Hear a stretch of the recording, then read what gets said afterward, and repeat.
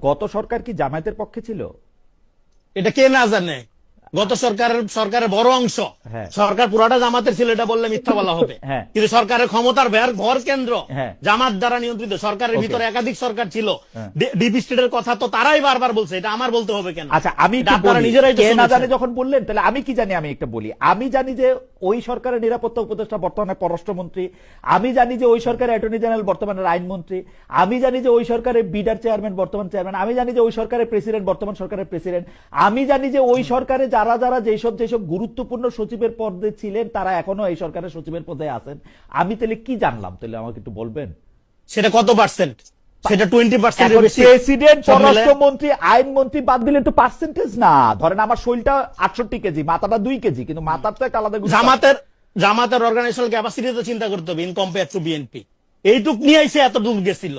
কতটুকু? আপনি আবার comparison কারা করতেছেন। ছিল জামাতের লোক? আমি জামাতের লোক তো দেখি না। আমি তো ইউনূস জামাতের সাহেবের লোক দিকে- একটাও আমি না। আমার কাছে জীবনে এরকম কোনো উদাহরণ নাই। ডক্টর মোহাম্মদ ইউনূস 1.5 ঘন্টা দাঁড়ায় থেকে এই সরকারের প্রধানমন্ত্রীর লগে দেখা করে গেছে ঈদের দিন। আগের সরকারের প্রধানমন্ত্রী এই সরকারের লগে আমি 1.5 আপনাকে ঘন্টা বলি, দাঁড়ায় থেকে বাংলাদেশে দেখা করছে, এরকম কোনো উদাহরণ নাই। আপনার প্রশ্নটা আমি বুঝতে পারছি। আমি সময় পেলে এরপরে ব্যাখ্যা করবো। বাংলাদেশের রাজনীতিতে একটা গুরুত্বপূর্ণ পোলারাইজেশন হচ্ছে, একটা সেকুলার রাইট উইং এর সাথে